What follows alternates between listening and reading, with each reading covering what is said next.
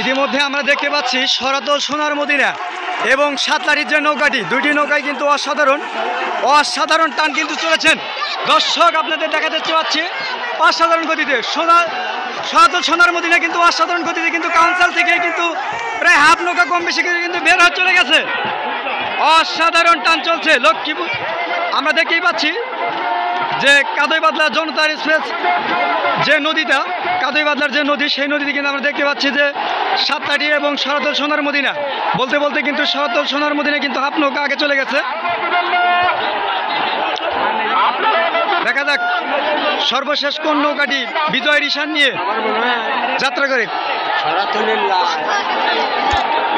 কাদই নদীতে যে বাইচ হচ্ছে, আজকে কিন্তু সেমিফাইনাল খেলা চলছে। সেই সেমিফাইনাল খেলাতে কিন্তু আমরা দেখতেই পাচ্ছি যে সাতলাঠির যে দর্শক আমরা যেটা দেখছিলাম সরাতল সোনার মদিনা এবং সাতলাঠি এক্সপ্রেস যে নৌকাটি প্রতিযোগিতা হয়েছিল, সেই নৌকায় প্রতিযোগিতায় কিন্তু আমরা দেখতেই পাচ্ছি এখন মাঝ নদীতে যে আছে সেই হিসেবে সরাতল সোনার মদিনা কিন্তু প্রায় হাফ নৌকা কম বেশি করে আছে এবং সাতলাঠি এক্সপ্রেস কিন্তু একটু পিছিয়ে আছে।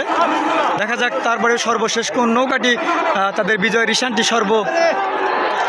প্রথম নিয়ে কাউন্সিলে যাত্রা করে।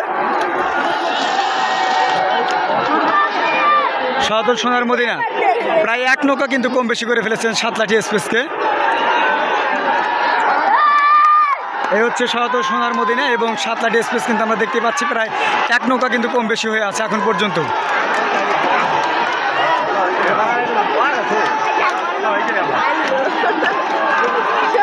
অসাধারণ প্রতিযোগিতার মানে নদীর ভিতরে আজকের যে প্রতিযোগিতা হয়েছে সেই প্রতিযোগিতায় দেখার মতো বাইচ কিন্তু আজকে এটাই হয়েছে। প্রায় দেখেন এক নৌকা কিন্তু কম বেশি হয়েছেন সরাতল সোনার মদিনা এবং সাতলাঠি এক্সপ্রেস। সরাতল সোনার মদিনা কিন্তু ইতিমধ্যে তাদের বিজয় রিশান নিয়ে কিন্তু তাদের কাউন্সিলে উপস্থিত হয়েছেন। এই যে প্রায় এক নৌকা কম বেশি।